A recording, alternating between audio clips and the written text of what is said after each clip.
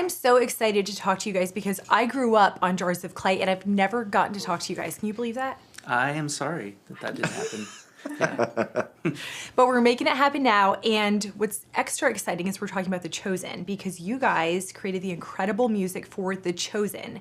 So talk about how you got involved with this incredible project. Well, it started with Dallas Jenkins, as it seems to in almost all areas of The Chosen, minus the source material. But I've known Dallas for a long time, and he and I had collaborated on a movie called Hometown Legend. That was one of his first films that he ever really worked on. And it was a really interesting experience back then because he was making a Christian kind of high school football movie. Like I think most Christian filmmakers have to do at least one of those. It's a rite of passage. And I kept trying to push him away from the Christian music space for music in the show. And so I was introducing him to a lot of blues music and artists from Mississippi and Alabama where he was shooting the film. And it was just a really great experience. And then we kind of tucked that away. That was in 2000. And then he called me up and said, "Hey, I'm working on this project. It's a story about Jesus, and I would like for you to be in and do the music for it."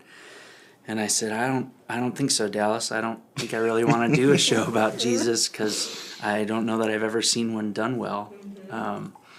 And so I said, I don't think I want to connect myself to that right now." And he said, "Okay, but just give me some time to describe this." And he took about a week and called me back and just told me more about the show and what he was hoping to do and accomplish with it. And I was like, okay, this makes a little more sense to me. I think I can do that. So I said, sure, let's just see what happens. And then I said, but I'd like to have a collaborator in this if I could. And I was like, all right. And he suggested a few people, and I said, no, I've got a guy who I've worked with before, I've toured with, and I think he'd be great. And it was Matt Nelson. And so I texted Matt and just said, hey, would you be up for doing a Jesus project? and he said yes. So, yeah. What did you think when you heard Jesus Project? Did you think the same thing? Like, I've never seen that done well. Mostly, Yeah. yeah. But I also thought if because I trust Dan's opinions on most creative things, I thought, well, if this is a thing that Dan can stomach, then I can probably do it too. Because I know we were probably about on the same page with our taste. So. Yeah. Dan, I'm curious, why were you trying to push Dallas away from the Christian music space? For that, it was just more a matter of authenticity. It was, at that time in the year 2000, the music that was happening in the Christian space was, it didn't fit the film. He needed music that was more connected to the Delta blues and more connected to, there's a record label out of Mississippi called Fat Possum Records, and groups like the Rolling Stones who have a lot of really great blues elements in their music. I really wanted to push that angle for him in that film, and you just couldn't really find that in the Christian music space. And I just felt like he wants to tell a good story that has universal value. There's no reason to circle the wagons and keep it only in the context of the Christian space. And Dallas and I have always had conversations like that about how do we tell stories, how do we use creative expression that has this Christian worldview, but doesn't make it exclusive, and then doesn't also have to apologize when it's not as good as other things that are out there. because that was also a big problem, as most of us know that have worked in the Christian space, is that, they've, for a host of different reasons, the actual output of creative projects has never really been quite as on par with what is happening in other creative conversations. So we always wanted to aspire to do something better, and to feel like the work we were doing was not something that needed to be apologized for, but was actually, if not best, at least better than what was going on at that point. Have you been encouraged by the changes and the progress that you've seen in that space? Because you've been in CCM for a long time, so you've kind of seen the ebb and flow of Christian music and Christian entertainment in general. Yeah.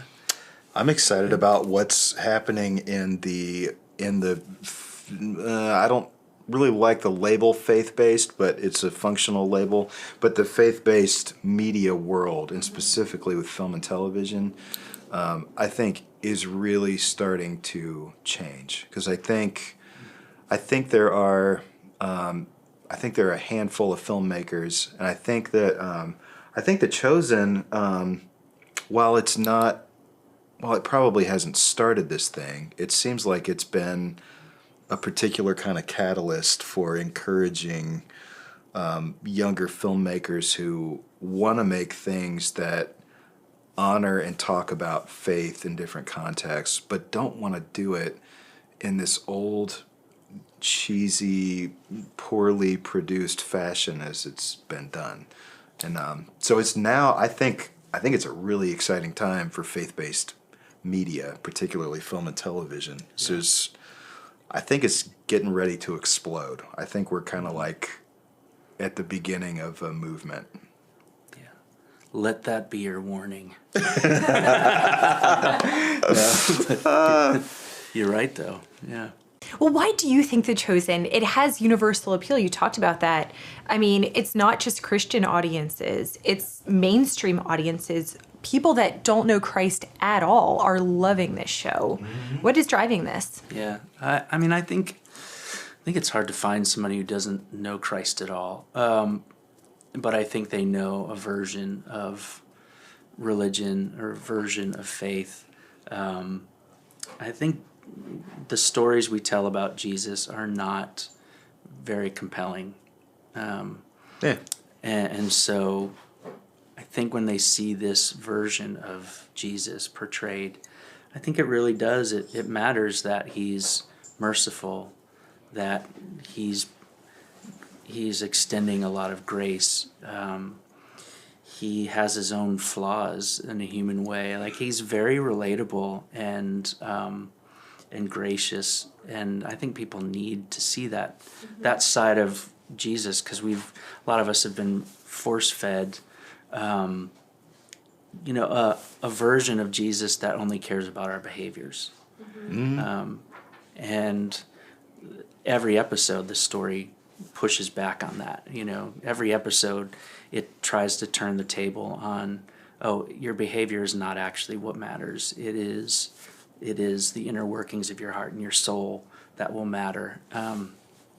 And he keeps kind of pushing that, there's no shame, there's no condemnation, there's those kinds of ideas that we've gotten out of the habit of talking about in the church at large. I think it's, if people have an experience in the church, most often it's something that is focused on their behavior and not on their heart and their soul and their actual intrinsic value.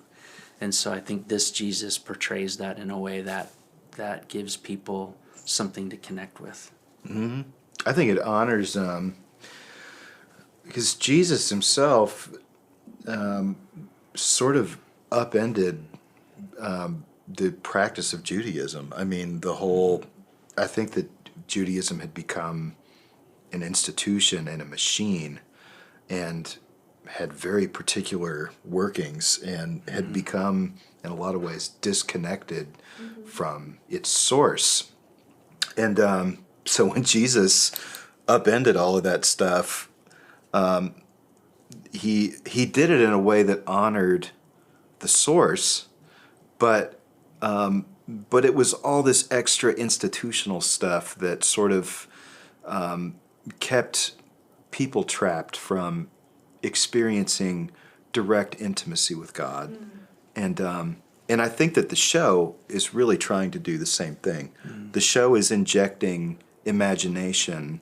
Jesus injected imagination in his stories into the people who heard them about reimagining what it's like to directly experience the divine and directly experience one another. Yeah. And I think the show is doing that. It's injecting some imagination into all of these stories that if we've grown up as Christians, that I've grown up all my life knowing these stories, and somehow watching The Chosen is almost like I've never heard this story before.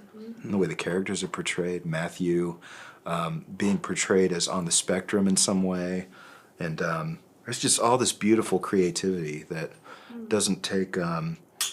It doesn't matter whether or not it's factually accurate that Matthew was on the spectrum or not, or whatever. It's plausible. But seeing Matthew portrayed that way has brought so much beauty into so many people have responded to Matthew's character in particular, Right. but a lot of the others as well. Yeah.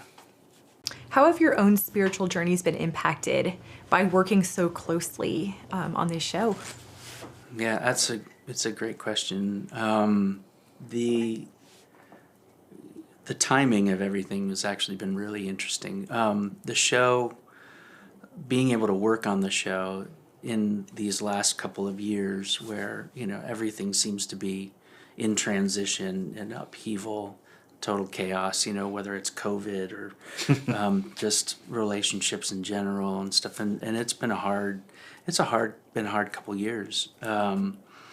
And the gift is, we would show up and we would sit next to each other in the studio and we'd talk about life, and then we'd experience this Jesus in a way that was able to speak to our own pain, or my pain, and I'm trying to create the soundtrack to that. It gave it so much more of an emotional weight for what we were doing, and really did impact my own, just my own sense of the biblical story, and it helps me kind of get back to paying a lot more attention to Jesus and a lot less to the institution of whether it's just religion in general, or that's the piece, like Matt said, of there's the disconnect of when an institution disconnects from its source and starts believing things that aren't actually part of it in order to just sustain itself. I feel like the church has done a lot of that. We've given value to things that don't need to have value. We've paid attention to behavior when we should be paying attention to the soul. And I need to hear that. I need to be reminded of that. And so that's where it's hit me. Yeah, it's probably hit me in similar ways. I think it's forced me to consider what I really think and believe about some of these stories and some of these characters. So it's when all of a sudden we're scoring. It was a particular episode that we were getting ready to score. Oh, you know what it was? It was the Beatitudes. Oh, yeah. And we were trying to figure out how to underscore this moment where Jesus and Matthew are basically going through the Beatitudes. Yeah. And it really made me reevaluate. It's all just context, because the context in which I've heard a lot of these stories has been in Sunday school, or it's been at a Bible study, or it's been at something that I have some other attachment to, rather than just being this story by itself. And so it's caused me to re-examine those stories in a way that's independent from all these weird other unnecessary attachments that the story has. So it's we get together in a room and sit for an hour, and it's just the two of us most days, and talk about what these things are saying to us, and sort of reflect on their importance right now today, not their importance on what I learned in Sunday school or what I learned in some Bible study, but what do they really mean to me? When nobody's looking and nobody cares what they mean to me, what do I value about them, and then how do we turn that into a musical score? Right. Which is can be really hard. Well, fantastic. You guys are awesome. Thank you so much for chatting with me. Thanks for Thank you. chatting with us. Yeah. Thanks for having us.